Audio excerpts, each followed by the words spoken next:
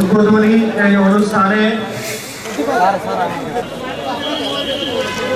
জনাব মোহাম্মদ মাহমুদুল করিম আর্থিকভাবে অসচ্ছল দুস্থ সহায় সম্ভাবহীন মানুষের জন্য বাংলাদেশ সরকার সেবার একটি ব্যবস্থা করেছেন, সেটি হলো এই জাতীয় legal aid committee. Chief judicial ম্যাজিস্ট্রেটের অধীনে ফৌজদারি যে কয়টি কোর্ট রয়েছে সেই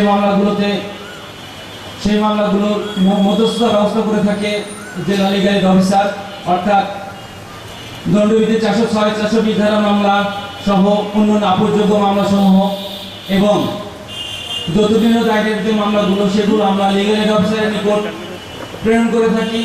সে খুব সুন্দরভাবে স্মার্টলি মধ্যস্থতা কাজ করে আমাদের কাছে প্রতিবেদন প্রেরণ করে খুব সুন্দরভাবে সমাধান হয়ে যায়, আমাদের মামলার ব্যাকলগও কমে যায়।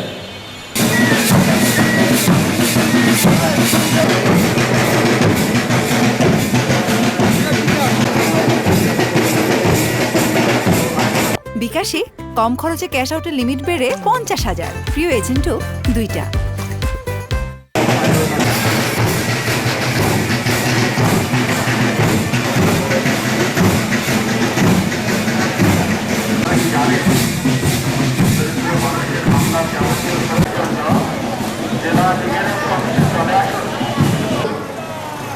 এই বিভিন্ন সেন্টার সিম্পোজিয়ামের নাই পৌর মেয়র যারা উপজেলা চেয়ারম্যান যারা নেবে আমাকে কেউ মানবে আমি বাবা কলকাতা থেকে মানুষকে বলবো যে বাবা তোমার চলে যাও।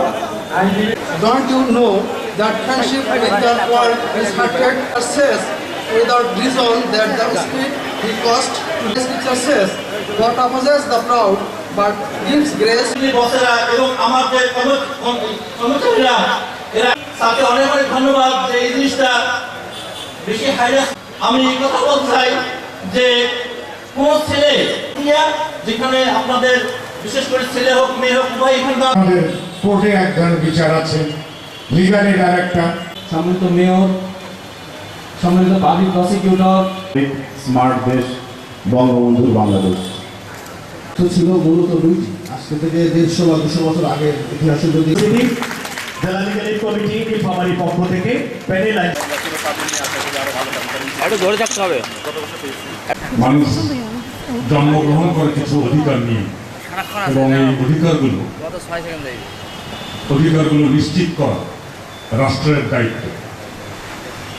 কিন্তু মানুষ আর্থিক অসচ্ছলতার কারণেই হোক বা অসচেতনতার কারণেই হোক যখন এই অধিকারগুলো প্রতিষ্ঠা করতে বঞ্চিত হয় তখন আমাদের এই লিগ্যাল এইডের প্রয়োজন দেখা যায়।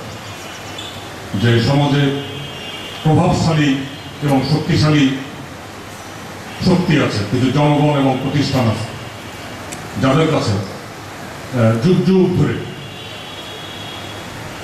যারা আর্থিকভাবে অসহায় অসচ্ছল, তারা নির্যাতিত হন, নিষ্পেষিত হন, অধিকার বঞ্চিত হন। এই লিগ্যাল এইডের মাধ্যমে আমরা সেবা দিয়ে এই শক্তিশালী গ্রুপের সাথেও প্রতিযোগিতা করে তাদেরকে অনেক অধিকার প্রতিষ্ঠিত করতে আমরা সমর্থ হতে পারি।